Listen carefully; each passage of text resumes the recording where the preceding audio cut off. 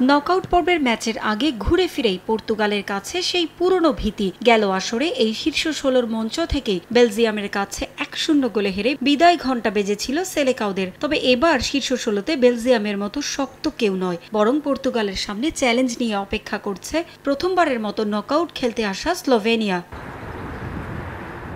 ইউরোর বাছাইয়ে এবার অপ্রতিরোধ্য যাত্রা ধরে রাখে পর্তুগাল। অপরাজিত থেকে আসর শুরু করা সেলেকাওদের ঝড়ে প্রথম ম্যাচেই উড়ে যায় চেক প্রজাতন্ত্র।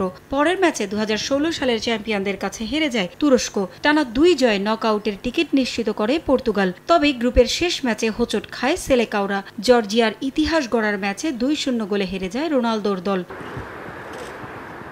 নকআউট পর্বে পর্তুগালের সামনে স্লোভেনিয়া।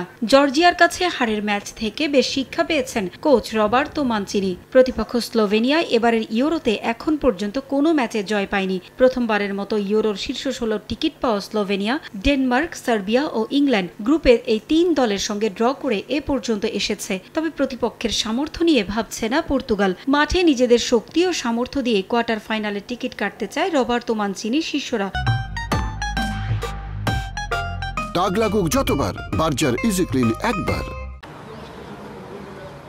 গুরুত্বপূর্ণ ম্যাচে ইনজুরি নিয়ে নির্ভর কোচ মার্তিনেজ সুখবরও পেয়েছেন ম্যাচের আগে। নিষেধাজ্ঞা কেটে যাওয়ায় উইঙ্গার রাফায়েল লিওকে পাচ্ছেন কোচ। গুরুত্বপূর্ণ ম্যাচে দলের সেরা তারকা ক্রিস্টিয়ানো রোনালদোর দিকে তাকিয়ে সমর্থকরা কোচের ভরসার জায়গাটা বোঝেন CR7ও। তাই শেষ ইউরোতে নিজেকে উজাড় করে দিতে চান রোনালদো।